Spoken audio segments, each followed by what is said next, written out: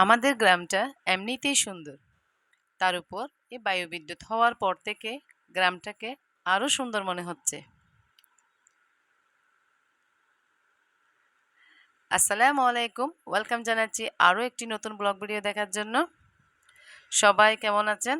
আশা করছি যে যেখান থেকে ভিডিওটি দেখতেছেন সবাই সবার পরিবার নিয়ে ভালো আছেন। আমিও আমার পরিবার নিয়ে আলহামদুলিল্লাহ ভালো আছি। তো দেখতেই পাচ্ছেন আজকে কিন্তু সকাল সকাল উঠে আমি সকালের নাস্তাটা সেরেই কাজে নেমে পড়েছি। আজকে যেহেতু আমাদের এখানে গ্রামের শেষ দিন, চলে যাব। তো দেখতে দেখতে কিন্তু 10 দিন হয়ে গেছে আমরা আসছি।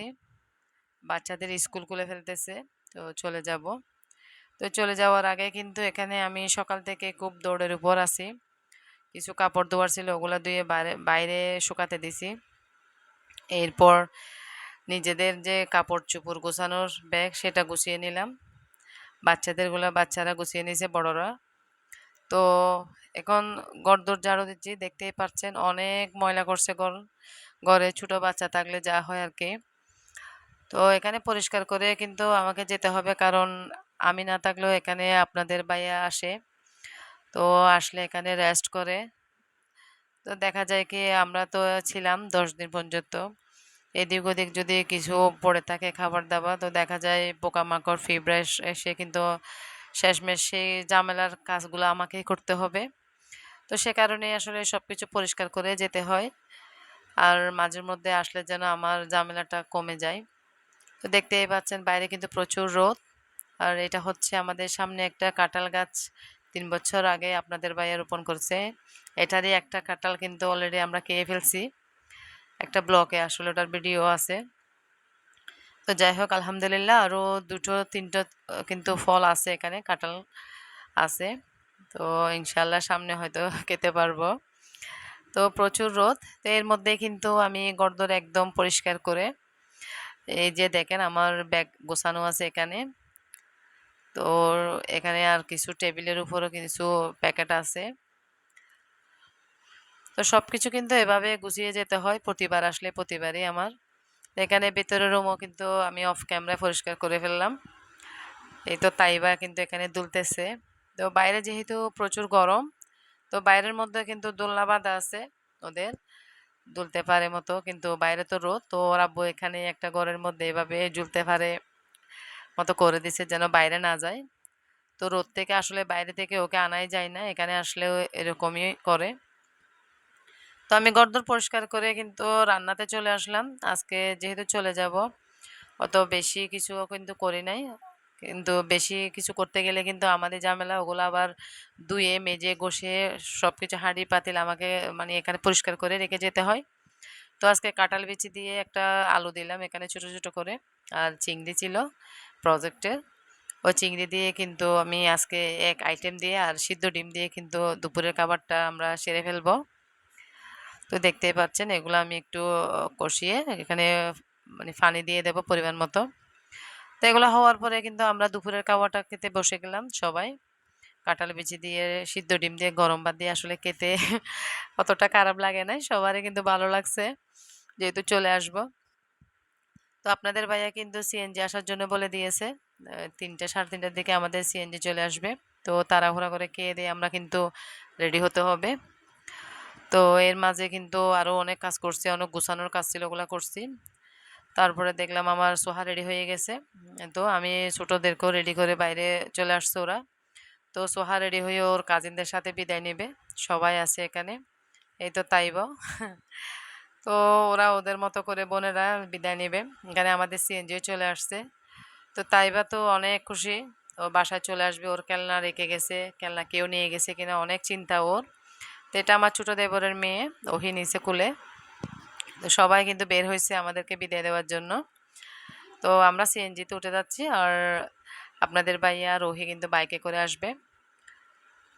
এই তো আমরা সবাই রেডি হয়ে কিন্তু পরে উঠে গেছি।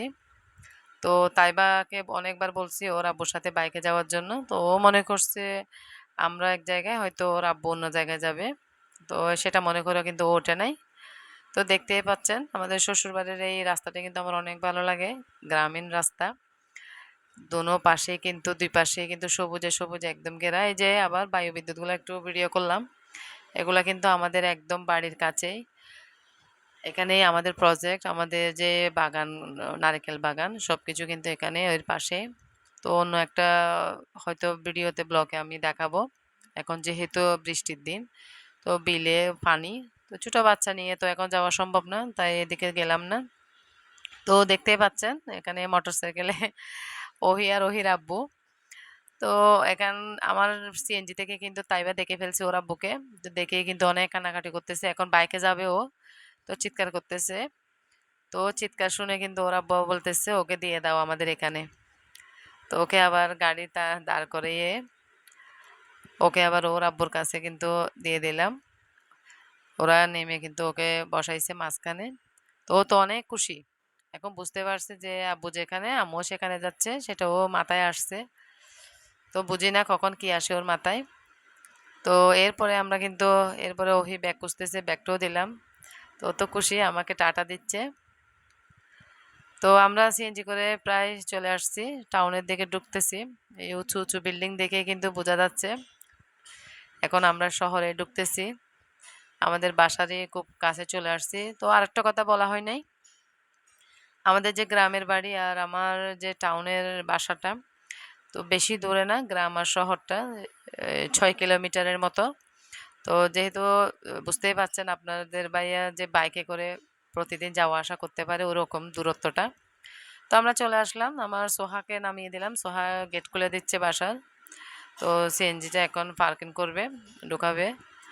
তো ভিডিওটা দেখতে দেখতে যদি কারো কোনো একটা অংশ যদি ভালো লেগে থাকে, তাহলে প্লিজ প্লিজ প্লিজ একটা লাইক করে আমার ভিডিওটি, আপনি ছোট্ট একটা লাইক কিন্তু আমার ভিডিওটি আরও অন্যান্য মানুষের কাছে পৌঁছে দিতে সাহায্য করবে।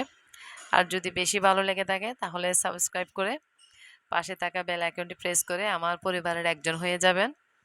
তো দেখতেই পাচ্ছেন আসার সাথে সাথে কিন্তু আমি ফ্রিজে মাংস রাখার জন্য দৌড়তেছি, কারণ এগুলা থেকে পানি বের হবে, ওটা একটা ঝামেলা হয়ে যাবে না হলে। তো ওগুলা পরিষ্কার করে টরে আমরা কিছুক্ষণ রেস্ট করার পরে আমি চা বসাই দিলাম চুলায়। বিকালের দিকে চা না হলে তো আর মাথা ঠিক থাকবে না।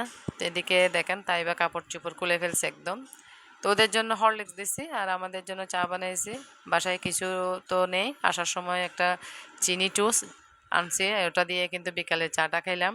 এরপরে কিন্তু বাড়ি নাস্তা করব। তো এটা খেয়ে দিয়ে আমরা রাতের জন্য রান্না বান্না করবো, সেগুলো আর দেখালাম না। আজকে এতটুকুতে কিন্তু ব্লগটা শেষ করব। আশা করছি সবাই থেকে ভালো লাগছে। তো আমাদের জন্য দোয়া করবেন, আমার পরিবার যেন ভালো থাকে, সবাই সুস্থ থাকবেন। আজকে এতটুকু। আল্লাহ হাফেজ, আসসালামু আলাইকুম।